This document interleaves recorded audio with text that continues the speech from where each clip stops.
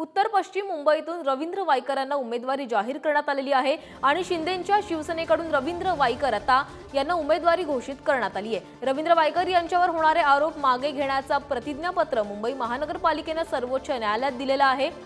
या प्रतिज्ञापत्राप्रमाणे त्यांच्यावरचे आरोप मागे घेण्याचे आदेश सुप्रीम कोर्टाने दिल्याची रवींद्र वायकर यांनी माहिती दिलेली आहे। या संदर्भात रवींद्र वायकरांशी बातचीत केली आमचे प्रतिनिधी पंकज दळवी यांनी। रवींद्र वायकर एकनाथ शिंदे यांच्या शिवसेनेचे उत्तर पश्चिमचे उमेदवार असणार आहेत। सगळ्यात आधी पुढारी न्यूजवरती रवींद्र वायकर आपल्यासोबत आहेत। वायकर साहेब, उमेदवारी तुम्हाला नुकतीच जाहीर झालेली आहे। सर्वात पहिली प्रतिक्रिया तुमची पुढारी न्यूजवरती येते, तुम्ही काय प्रतिक्रिया देताय? एवढ्या मोठ्या संघर्षानंतर तुम्हाला ही उमेदवारी मिळालेली आहे।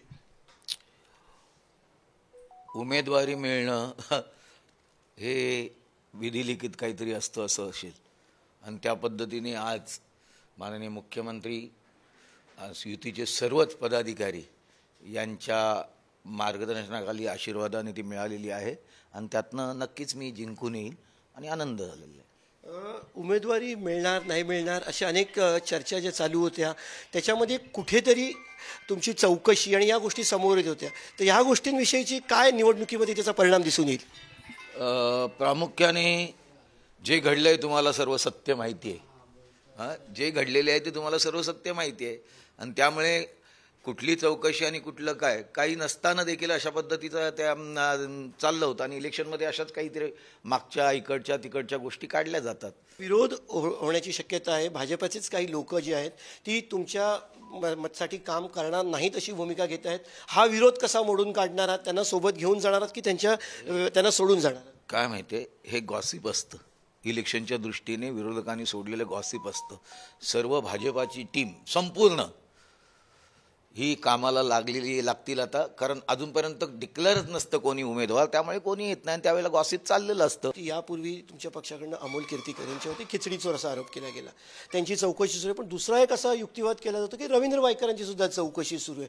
मग ह्या गोष्टीचा बॅलन्स कसा करणार आहात? या प्रश्नाला उत्तर कसं? कोर्टाने माझ्यावरती जेवढे आरोप केले होते तेवढे सुप्रीम कोर्टामध्ये महानगरपालिकेने मागे घेतलेले आहेत, ॲफिडेव्हिट आहेत।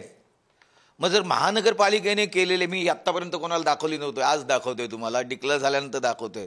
हे ॲफिडेव्हिट वाचा आणि मग तुम्हाला कळेल की नक्की थोडं विस्तृत सांगा कधी हे आरोप मागे घेतलेत, महापालिकेने काय ॲफिडेव्हिट फाईल केले आणि त्याला सुप्रीम कोर्टाने त्याच्यावरती काय निकाल दिलेले किंवा काय निर्णय दिलेले?